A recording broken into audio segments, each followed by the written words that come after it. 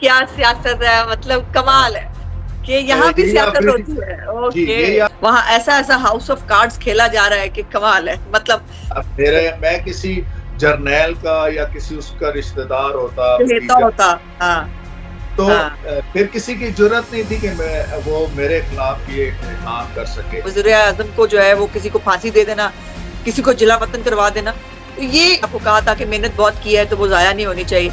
उस जजमेंट को पढ़ने के बाद आपके दिमाग में क्या आया? लिखने वाले ने ये पढ़ने वालों को बावर कराने की कोशिश की हो कि this judgement is simply unprecedented and a stigma on the face of Supreme court.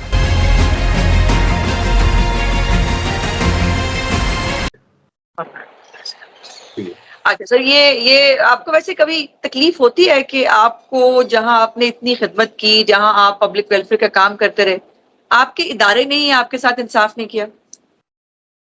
बहुत तकलीफ होती है। देखें, मुझे अगर करप्शन के एलिगेशंस पे या कोई मैंने इस तरह का कोई काम खुदा ना खास्ता किया होता कि जिससे मेरे मतलब अदारे की बदनामी होती या मैंने ऐसा काम किया हुआ होता जिससे अदल और इंसाफ के निज़ाम में कोई इस तरह की आ गई होती, बुराई आ गई होती, मैं किसी बुराई की वजह होता, तो शायद वो जस्टिफाई भी होते मुझे उसमें से करने के लिए।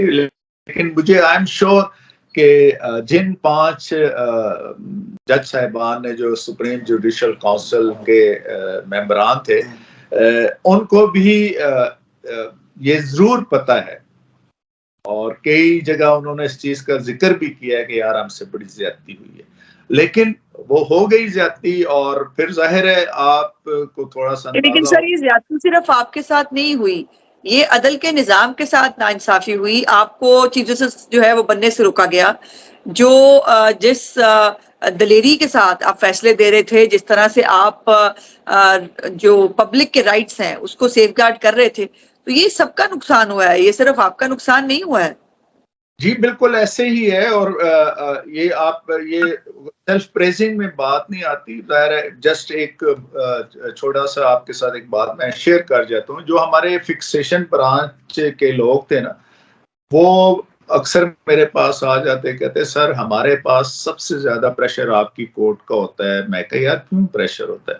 कहते सर जो भी बंदा वो समझता है ना कि वो हक पे है और उसके पास कोई सिफारिश नहीं है या कुछ नहीं है, वो हमें बड़ा फोर्स करता है कि हमारा केस सिद्दीकी साहब की कोर्ट में भिजवा दे। और जो अदरवाइज कुछ लोग होते हैं हाँ, वो पता नहीं क्या क्या ऑफर करते हैं कि यार उस कोर्ट से हमारा केस निकलवा दें। हाँ, अब मेरे साथ ये ज्यादती ना हुई होती तो इस वक्त जाहिर है मैं सुप्रीम कोर्ट में बैठा हुआ होता। और मैं चूंकि उस वक्त भी जब मेरी रिमूवल हुई मैं सीनियर मोस्ट उसमें से आता था।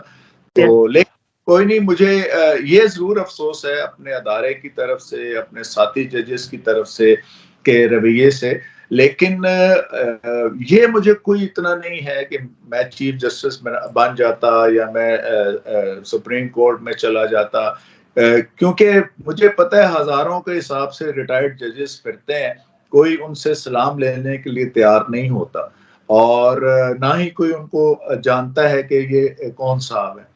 मैंने अल्लाह ताला की मदद से किया। मैं ये कहूँ कि मैं बहुत वो एक्स्ट्राऑर्डिनरी बोल्ड हूँ या इस तरह नहीं, ये अल्लाह की एक खास मदद थी, एक खास वो लम्हा था जिसमें अल्लाह ताला ने मुझसे ये बात करवाई। और इसमें मैं ये जी मैं कुछ सोच के किया हुआ था, मैंने प्लान किया हुआ था इस तरह का नहीं। मेरे सब कॉन्शियस में ये बात चल तो रही थी यार कि मैं किस तरह इस सारी चीज को के साथ को एक्सपोज करूं।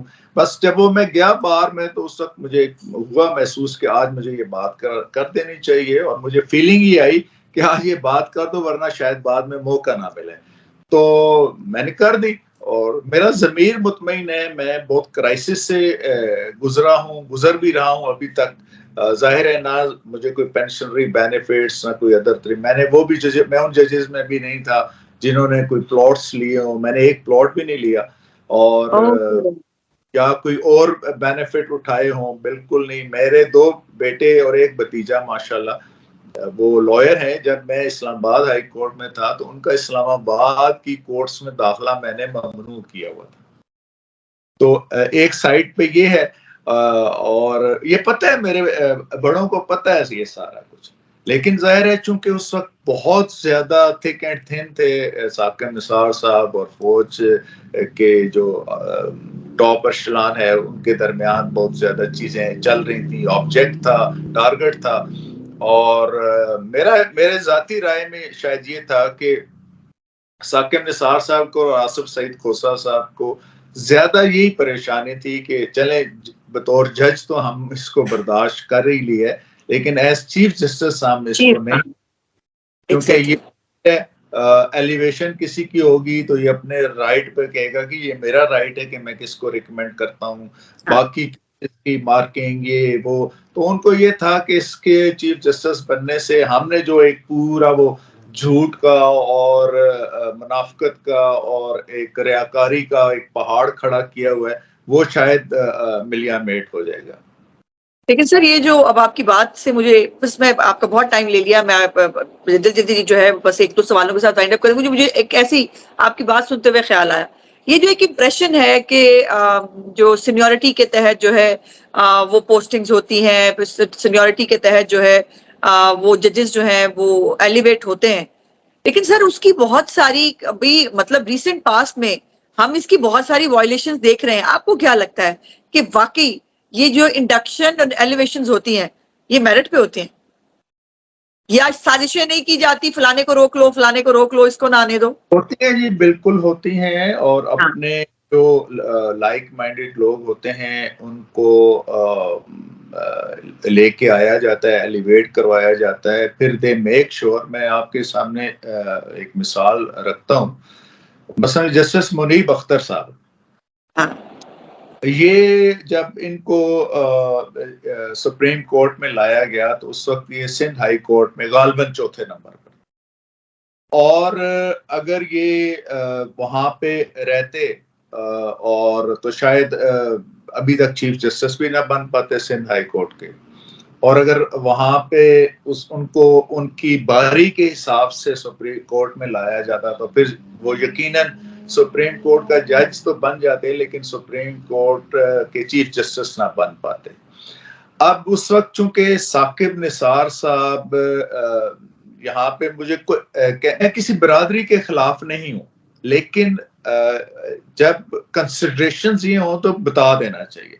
अब चूंकि मियां साकिब निसार साहब का और मुनीब अख्तर साहब की एक ही बरादरी है, यानी कि आराई बरादरी से ताल्लुक रखते हैं, तो इन्होंने मेक श्योर ये किया कि यहिया अफरीदी साहब जो थे पेशावर हाई कोर्ट के उस वक्त चीफ जस्टिस थे, और चीफ जस्टिस का ही ये राइट होता है कि पहले उसको सुप्रीम कोर्ट लाया जाए।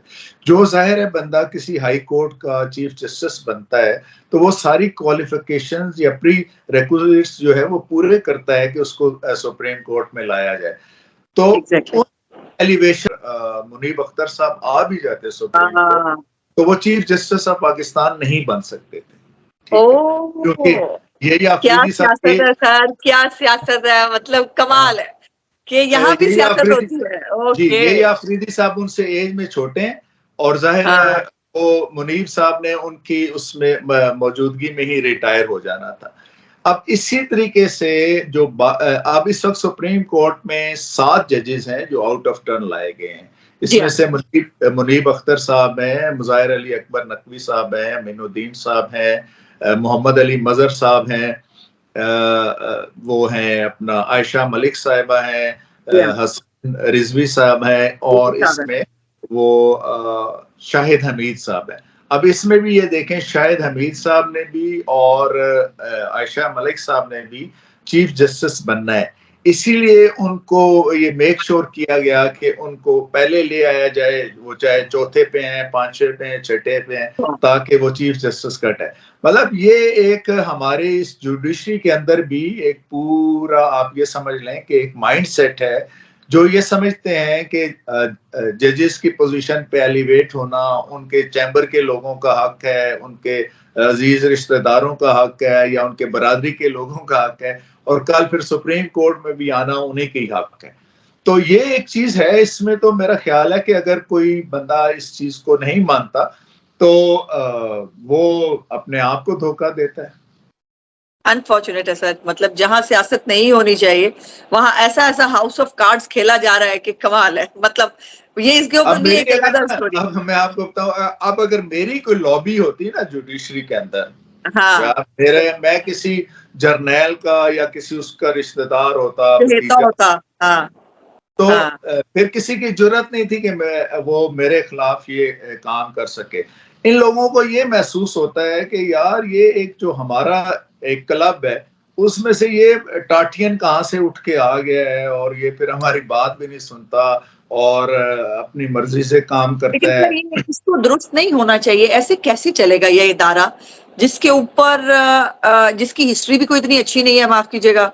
वो डिक्टेटर्स को सपोर्ट करने से लेकर जो है वो मुंतखब हुकूमतों को तख्ते उलटने से लेकर वज़ीर आज़म को जो है वो किसी को फांसी दे देना, किसी को जिला वतन करवा देना, ये इनको कहीं तो दुरुस्त होना चाहिए। मुझे तो खैर नहीं लगता कि अभी भी अदलिया ने कुछ सीखा है। काश माजी से ही कोई कुछ सीख ले, बट लगता नहीं है।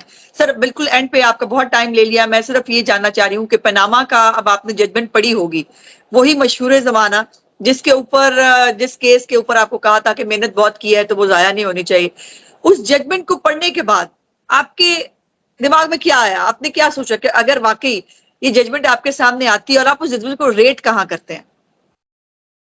देखिए जी, मैं तो उसको जजमेंट कहता ही नहीं हूँ। Good. That is not a judgement, that may be term as an essay. इससे एक मजमून लिखा गया हो किसी चीज के ऊपर और उसमें लिखने वाले ने ये पढ़ने वालों को बावर कराने की कोशिश की हो कि मैं बड़ा साहिब इल्म हूँ, मेरे पास वैरायटी ऑफ नॉलेज है, मैं इंग्लिश लिटरेचर भी जानता हूँ, मैं खलील जबरान को भी मैंने पढ़ा मैंने हुआ, फिल्में भी देखी हुई हैं। मैं फिल्में भी देखी हुई हैं हाँ, और इटालियन माफिया को भी मैं जानता हूँ। इससे दिस ये जितनी चीजें होती हैं ना, ये जजमेंट्स में नहीं होती। जजमेंट में आपने एग्जैक्टली। लॉ करना होता है या किसी बहुत बड़े जो एक कानूनदान हो, कोई जस्टिस हो, उसकी जो है वो आप कोई कोटेशंस दे सकते हैं, आप प्रेसिडेंट लॉ दे सकते हैं। This judgment is simply unprecedented and a stigma on the face of Supreme Court, which Supreme Court has to remove uh, uh, at any moment, in particular after 16th September. और sir वो जो अल अजीजिया वाला case है जिसके अंदर जज साहब खुद फरमा रहे हैं कि कोई करप्ट प्रैक्टिसेस का ना कोई एविडेंस है ना कोई इल्जाम है, लेकिन सजा वो मियां साहब को सुना देते हैं। सर वो जो दो जजमेंट्स है, एक इवन फील्ड वाली और एक अल अजीजिया वाली, वो आपने पढ़ी होगी यकीनन, उसके ऊपर आपके क्या कमेंट्स हैं सर? देखिए वो तो जजमेंट्स जो हैं वो तो सस्टेनेबल है ही नहीं। देखिए क्रिमिनल लॉ की ना मैं आपको बात बताता हूँ। क्रिमिनल लॉ बिल खसूस जब आप कोई सर्कमस्टेंशियल एविडेंस की बुनियाद पर केस करते हैं तो जाहिर है ये सारा केस सर्कमस्टेंशियल एविडेंस का ही है। सही है जी। उसमें तो अगर कहा ये जाता है कि एक भी अगर लिंक जो है, पूरी चेन में से एक भी लिंक जो है वो मिस हो जाए तो आपका पूरा केस जो है वो धड़ाम से गिर जाता है। और फिर साथ ये भी कहा जाता है कि एक्यूज को बेनिफिट ऑफ डाउट देने के लिए 1000 रीजंस नहीं चाहिए, सिंपल एक रीजन काफी है। ठीक है, तो ये तो दोनों जो जजमेंट्स हैं, अब पता नहीं वो जज साहबान ने वो खुद लिखी भी हैं या कहीं से लिखी हुई आई गई है। जिस सरीना के लिफाफे में आई थी ना सर। हाँ, जज बशीर साहब की जो जजमेंट थी जो 6 जुलाई वाली गालमन, तो उस पे तो ये उस वक्त बहुत से सहाफियों ने भी ये बात कही थी कि जी कि ये तो सरीना होटल के वो एक शॉपर टाइप लाकर उनको दी गई और उन्होंने कर दिया। तो बहरहाल ये अल्लाह ही बेहतर जानता है और उन सब ने ज़ाहिर अल्लाह को जवाब देना है। देखें, मैं जब जज बना ना तो मुझे एक बात, बहुत खूबसूरत बात मुझे समझा दी मोहतरम खलीलुर रहमान रमदे साहब ने। उन्होंने कहा यार बात सुनो, मुझे पता है तुम्हें लिखना पढ़ना भी आता है, ये वो सारा सिलसिला you are a very strong observer, नतीजे पे भी पहुंच जाओगे। बस एक चीज ध्यान में रखना कि अगर कोई साइल तुम्हारी अदालत में तुम्हारे पास पेश हो रहा है ना, एन उसी लम्हे तुम अल्लाह की अदालत में हो रहे हो, पेश हो रहे हो। बस इस एहसास को रखना। सारे जज ये सोच लिया करें तो नाइंसाफी हो ही ना किसी के साथ। यकीन करें कि मेरी राय में जज की जो सबसे बड़ी क्वालिटी होनी चाहिए, देखें वो पढ़ा लिखा होना चाहिए, डिसेंट होना चाहिए, लॉ नोइंग होना चाहिए, दिस एंड दैट, फलां फलां, ये सारी चीज। लेकिन अगर इसमें करेज नहीं है ना, तो फिर वो उसकी सारी खुसूसियात, दीगर जो खुसूसियात है ना, वो किसी काम की नहीं। करेज जो है वो आपको इंसाफ और अदल करने पर आमादा करती है। अगर आप बाकी ये नहीं है ना, तो फिर आप मसलतें ढूंढते हैं, फिर आप नजरिया जरूरत ढूंढते हैं, आप दबाव को देखते हैं, ख्याल ढूंढते हैं, अपने मौक़ात को देखते हैं। हाँ। सर बहुत बहुत शुक्रिया आपका। बस लास्ट में मुझे ये बता दें, क्या कोई उम्मीद है कि आपके साथ जो ज्यादती हुई है वो ठीक रेक्टिफाई हो सके, आप रीइंस्टेट हो सके रिटायरमेंट के बाद? चूंकि एक रिटायरमेंट का वो एक हिंज तो है, but is there any provision के जिससे आपको भी इंसाफ मिल सके और जो इंसाफ का सिर जो है वो झुकाया गया था उसको भी थोड़ा दाग धब्बा उस पे से उतारा जा सके? देखें, अगर तो ये सुप्रीम कोर्ट मेरे वाली जजमेंट को मतलब कायम रखती है ना सुप्रीम, okay. एक ये ज़हन में रखें कि फिर किसी भी जज का कैरियर जो है वो प्रोटेक्टेड नहीं रहेगा, जो कॉन्स्टिट्यूशन प्रोटेक्ट करता है। एग्जैक्टली है कि आर्टिकल 209 के तहत आपको इंक्वायरी करनी है, आपको एक पूरा एक प्रोसेस से गुजरना है और फिर गुजारना है रिस्पोंडेंट जज को। उन सब चीजों को आप बाईपास करके मेहरली इसलिए आप उसको हटा दें कि फौज वाले ये चाह रहे हैं और हम खुद भी चाह रहे हैं, क्योंकि साकिब निसार साहब एंड आसिफ सईद कोसा वर ऑलरेडी आफ्टर माय नेक, और प्लस उनको ये एक बहुत बड़ी सपोर्ट मिल गई। इन्होंने कहा चलो ये फौजियों के खाते में इनको डाल देते। तो उम्मीद तो मुझे है जी, जाहिर है मैंने भी अपना मामला अल्लाह के ऊपर ही छोड़ा हुआ है। अब देखें, क्योंकि अगेन वही बात आ रही है 16 सितंबर के इसके बाद मैं उम्मीद करता हूं कि जो मेरे साथ जो वो वक्त जाया हो गया उसका तो कुछ नहीं हो सकता। मुझे तो शायद उस सारे वक्त की जो मेरी इंटाइटलमेंट्स हैं वो मिल जाएं, लेकिन जो आम लिटिगेंट का, जो मेरी हाई कोर्ट का नुकसान हुआ, जो बाकी चीज़ें हुई, उसका तो अजाला नहीं हो सकता। लेकिन मैं अल्हम्दुलिल्लाह अपने हवाले से तो मैं अल्लाह का शुक्रगुजार हूँ कि अल्लाह ताला ने मुझे किसी ऐसी आजमाइश में नहीं डाला जिस तरह की आजमाइश में मसलन आसिफ सईद खोसा साहब हैं, मियाँ साकिब निसार हैं, या वो जज बशीर है, या अरशद मलिक साहब मरहूम है, या बाकी इस तरह के बहुत से लोग। तो ये अल्लाह का बहुत बड़ा एहसान है। Sir thank you very much, आपका बहुत बहुत शुक्रिया। हमारी बहुत सारी दिली दुआएं आपके साथ हैं। आपको दुनियावी चीजों से तो महरूम जरूर रखा गया, जो आपका हक था, उसमें कोई शक नहीं, लेकिन अल्लाह पाक के करीब और जो आपने इंसाफ का साथ दिया है, हक का साथ दिया है, यकीनन ये नेकियों में आपके जरूर शुमार होगा। और यही सबसे बड़ी बात है, जाना हमने उस बुजुर्ग बरतर की जो है वो अदालत में है, और सही इंसाफ उस अदालत में होना है हर जज का भी। सो आपको बहुत बहुत शुक्रिया। अल्लाह पाक आपको अपनी हिफ्ज़ो अमान में रखे, और इंशाल्लाह आई होप के मैं आपको फिर कभी डिस्टर्ब करना चाहूँ तो मैं जरूर आपसे जो है वो टाइम ले सकूँ। बहुत मेहरबानी सर, शुक्रिया सर।